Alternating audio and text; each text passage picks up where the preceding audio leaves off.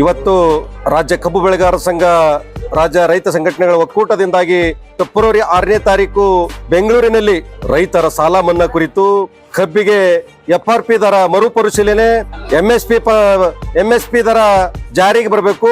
This video is sponsored by Mahalakshmi Jewelers, Manu Multi Speciality Hospital, KBN University, Shaheen Group of Institutions, Surat Khazana, Al Sharia Group of Institutions, and by Big Neuropsychiatry Hospital. ಕಬ್ಬಿಗೆ FRP ದರ ಕೇಂದ್ರ ಸರ್ಕಾರ ಮರುಪರಿಶೀಲನೆ ಮಾಡಿ ಹೆಚ್ಚುವರಿ ಬೆಲೆ ನಿಗದಿಪಡಿಸಬೇಕು. ಹಲವಾರು ವಿಚಾರಗಳನ್ನು ಇಟ್ಟುಕೊಂಡು ಇವತ್ತು ರಾಜ್ಯದಲ್ಲಿ ಬರಗಾಲದಿಂದ ಸಾಯುತ್ತಿರುವ ರೈತನಿಗೆ ಕನಿಷ್ಠ 2,000 ರೂಪಾಯಿ ಭಿಕ್ಷಾ ರೂಪದಾಗ ಪರಿಹಾರ ಹಣ ಕೊಟ್ಟಿದ್ದಾರೆ. ನಾಚಿಕೆ ಆಗ್ಬೇಕ ರಾಜ್ಯ ಸರ್ಕಾರಕ್ಕ. ರೈತರ ಪರವಾಗಿ ಆಡಳಿತ ನಡೆಸುವುದಾಗಿ ಹೇಳಿ ರಾಜ್ಯದ ರೈತರನ್ನು ಮಂಡು ಕೊಡುವ ಕೆಲಸ ಮಾಡ್ತಾ ಇದ್ದಾರೆ.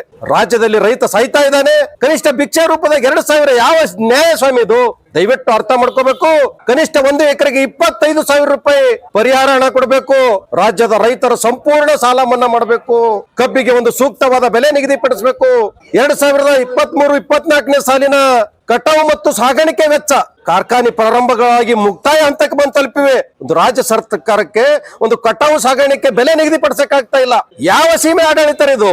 ದಯವಿಟ್ಟು ರಾಜ್ಯದ ಮುಖ್ಯಮಂತ್ರಿಗಳಿಗೆ ನಾನು ಏನು ಹೇಳಕ್ ಇಷ್ಟಪಡ್ತೀನಿ, ರೈತರ ಪರವಾಗಿ, ಕಾರ್ಮಿಕರ ಪರವಾಗಿ ಹಲವಾರು ಯೋಜನೆಗಳನ್ನು ರೂಪಿಸಿ ರೈತರ ಏಳಿಗೆಯನ್ನು ಬಯಸಲು ಪ್ರಯತ್ನಿಸಿ.